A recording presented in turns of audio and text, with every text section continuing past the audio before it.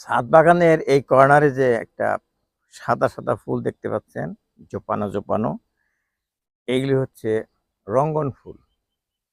এই রঙ্গনটা সাদা রঙ্গন, ওইটা আবার লাল রঙ্গন। লালই বেশি হয়, কিন্তু এটা সাদা।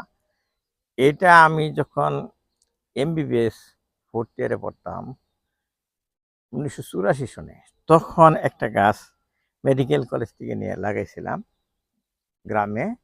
সেই গাছটা এখনো আছে, সেইটার থেকে চারা নিয়ে এখানে লাগাইছি। সেটারই কিন্তু বংশ এটা, কিন্তু এটা আমি বারবার দেখাই, কাছে থেকে দেখাই।